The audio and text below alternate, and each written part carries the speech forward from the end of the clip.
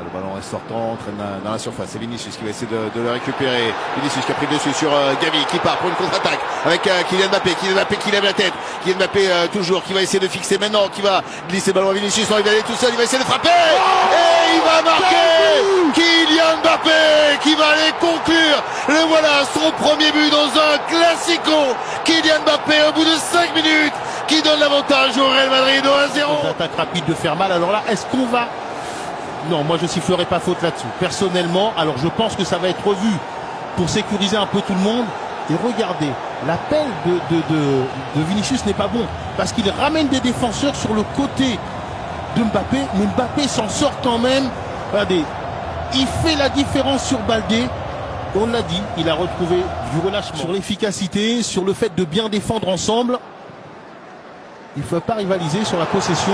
Lamine Yamal, il a été servi sur la déviation. Lamine Yamal avec un crochet. Lamine Yamal encore une fois. Lamine Yamal, mais non! Lamine Yamal qui glisse le ballon au ras du poteau.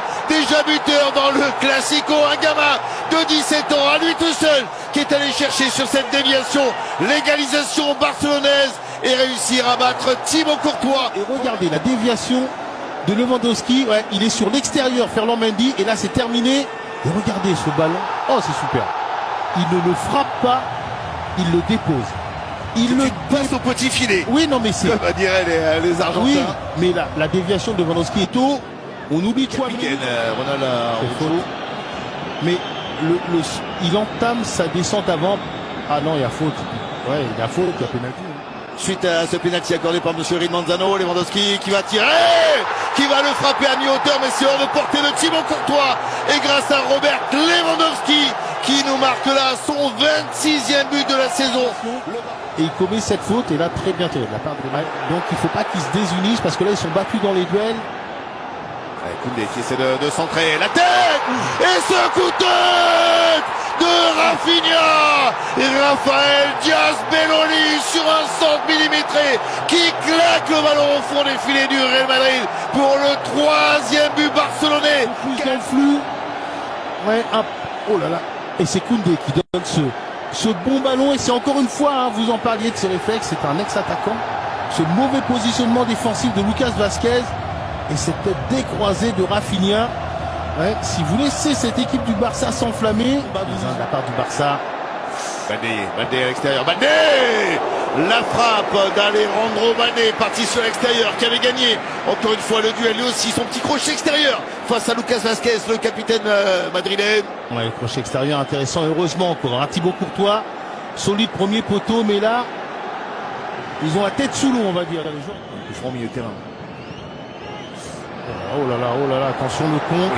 Lamine Yamal qui a intercepté, Lamine Yamal qui temporise, qui est un petit peu du soutien, qui sert maintenant pour une accélération de Rafinha, qui est repris par Fede Valverde, avec Baldé qui frappe, et Baldé qui marque le 4e but du FC Barcelone sur une contre-attaque emmenée par Lamine Yamal.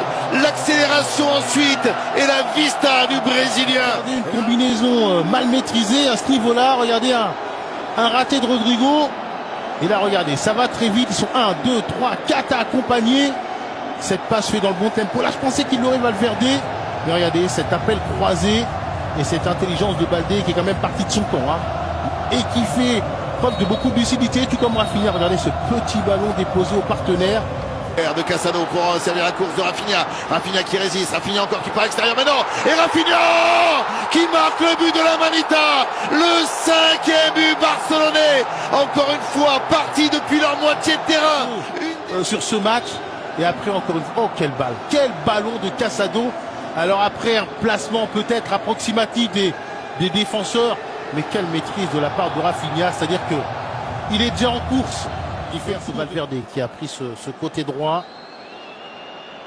Allez, voilà, justement, Jude Bellingham qui a le ballon, Kylian Mbappé qui est parti à l'extérieur, qui est fauché par Monsieur Chesney.